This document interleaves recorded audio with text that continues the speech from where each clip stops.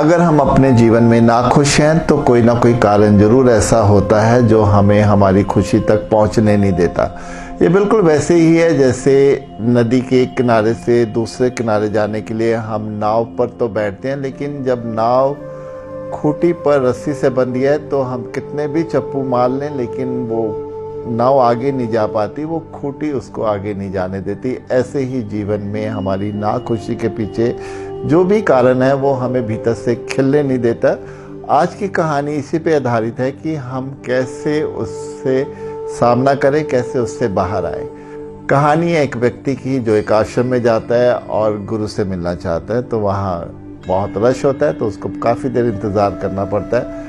तो काफ़ी उसको क्यूरियोसिटी आ जाती है और गुरु से जब उसका नंबर आता है मिलने का तो वो गुरु जी से बोलता है कि मुझे हैप्पीनेस का एक ऐसी चाबी बताए जिससे मैं जीवन में खुश रह सकूं।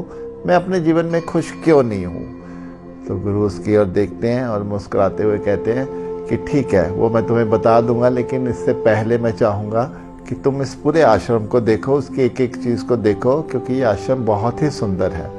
तो जैसे ही वो जाने लगता है तो गुरु उसको वापस बुलाते हैं और उसके हाथ पे एक चम्मच रखते हैं, उस पर कुछ ऑयल की बूंदें डालते हैं और कहते हैं कि हाँ, तुम्हें इसका ध्यान रखना है कि आश्रम को देखते हुए ये ऑयल जो है वो नीचे नहीं गिरना चाहिए, इसका तुम्हें ध्यान रखना है। तो वो उस स्पून को अपने हाथ में लेके आश्रम को देखने निकलता है। तो 1 घंटे के बाद जब वो वापस आता है तो गुरु से पूछते हैं कि कैसा लगा आश्रम?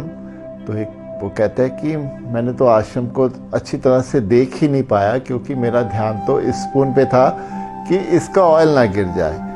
तो गुरु फिर उससे वो स्पून ले लेते हैं और गुरु उसको एक बार फिर बोलते हैं कि तुम आश्रम का एक बार फिर से चक्कर लगाओ और आकर उनको बताएं कि आश्रम उनको कैसा लगा। अब वो फिर जाता है, आश्रम को घूम के आता है, वो एक एक चीज़ को बड़े अच्छे से देखता है और फिर 1 घंटे के बाद जब गुरु के सामने आता है तो गुरु फिर मुस्कुरा कर पूछते हैं कि कैसा लगा आश्रम?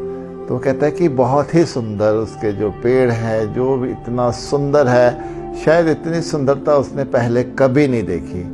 तो गुरु कहते हैं यही तुम्हारी जो हैप्पीनेस की चाबी है कि जब हम पूरे फ्री होकर अपने जीवन को जीते हैं, यहाँ कोई भी हम एक छोटी सी भी नेगेटिविटी अपने भीतर नहीं रखते, हम कुछ भी ऐसा नहीं रखते जिसमें हम अटक जाते हैं। जब फ्रीडम से चलते हैं, पूरे भरपूर हम जीते हैं, तभी हम उस खुशी को अपने भीतर महसूस कर पाते हैं। ये कहानी हमें भी यही संकेत देती है कि अगर हम अपने जीवन में कहीं ना कहीं नाखुश हैं तो कोई ना कोई हमारे भी भीतर एक ऐसी खूंटी जरूर होगी जो हमें खुश नहीं होने देती है।